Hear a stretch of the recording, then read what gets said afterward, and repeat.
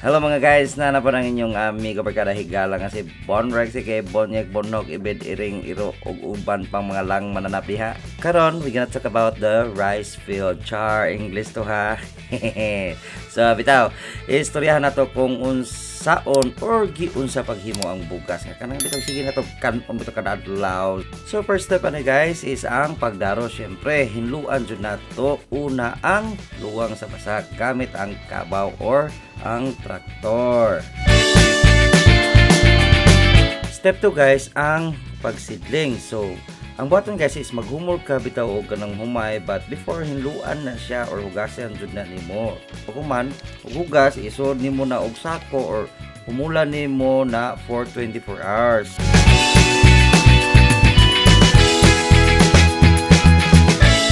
So part 3 guys is ang pag-andam sa imong tamlanan or kung asa nimo isabwag ang imong seedlings. So tanawa og giun sa media paghimo sa iyang seedbed.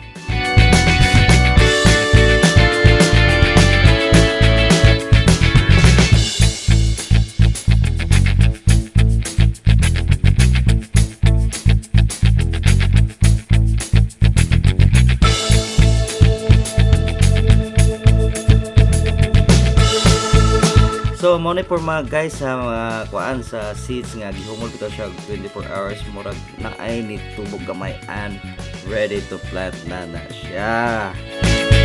So guys, so sa pagtanom ani guys is igo ra ni siya isabwag sa gigama ninyo nga kuan bitaw kang tamnanan bitaw. So mo ni siya ang imong katong kuan bitaw mahimong tagod. So kani siya guys, motubo ni siya kaning tagod bitaw guys is motubo ni siya 5 or 10 days ka adlaw bitaw hangtod na siya ma-ready ibalhin sa or ibalhin og tanom bitaw.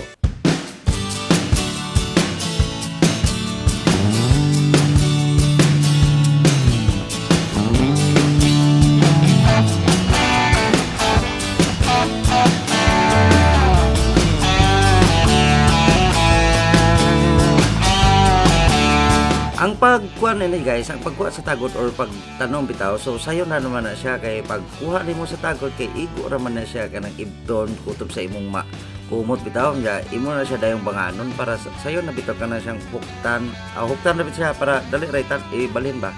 Nya ang pagtanom man ni guys mo dani dili basta-basta kay tagsa-tagsaon jud nimo siya og kanang usok bitaw sa lapok mao nang kuan mao nang bitaw giingon na siya o kanang magtanim ay bibiro. Ay, palaging na kayo ko agay sakit kay magtuwad down po kay oy di ba ya permentaw sakit kayo ni sa hawak.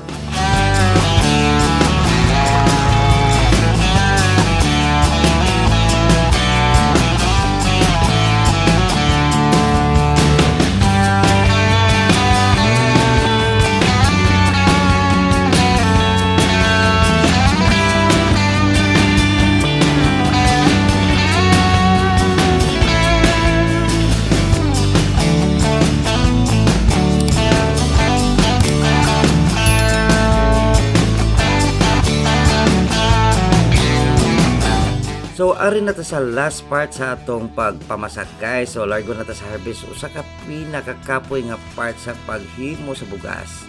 So moabot og 100 to 120 ka adlaw usa ni siya ma-harvest guys. So ang imong mga humay. So bantayan gyud na siya. Okay? So guys, karon hands-on si Minibus guys ani kay gusto jud si Zama kanang experience og kanang unsa jud bitaw kahago ning kanang mag-abis bitaw.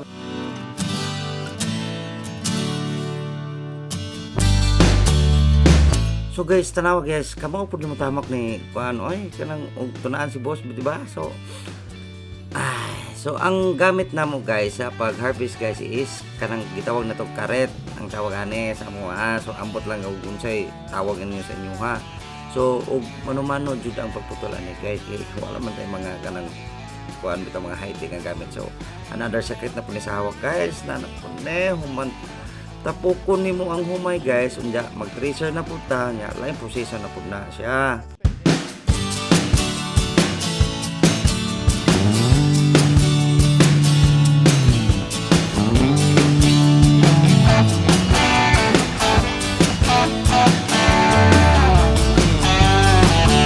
magkuha lang ka og kanang katong bitang harvest nimo guys, kanang igo ra po sa imong mga kamot ha. So then ihungit ni siya sa machine pero ayaw baya buhi ha, sige apil na imong kamot ha. So guys, so naan po tayo lang proseso na po guys. So mao ni ang pag-ayag sa ang kuan, ang pag-ayag bitaw. So ang purpose ani is para malain ang sagbot sa mga liso or sa humay. So karakarawon lang na nimo nya naglusot tanaw bitaw naglusot naman na siya ng mga liso ana. So separate na ang liso ug ang sagbot guys.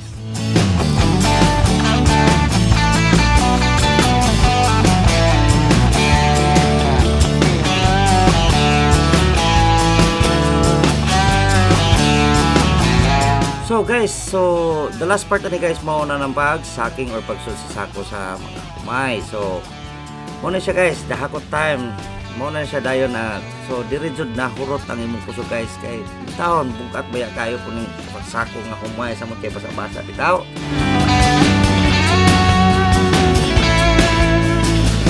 So mo na to guys ang pagproseso or paghimo sa bugas guys. So dili jud dali min daw no. So nakita baya ninyo unsa kahagop gyud. So mong ayaw jud din taon ninyo sayang-sayangin ng bugas guys. Hindi pod indra pang musik-musikan ilabay daghan pang mga taong gipanggutom. So ihatag na nila kay muna sa atong mga farmers og gamaan guys or pag-process. So inautun ta guys nga namoy nakatunan gamay. Og din hinatapos ang atong adventure guys. Unta na amoy nakatunan aning episode nato karon. So og bag-o pa ka sa atong tribo, please subscribe, like and comment pod para madaghan ta sa atong tribo, you know. So thank you guys, till next time. This is Bonyek Kermis signing off. Bye bye.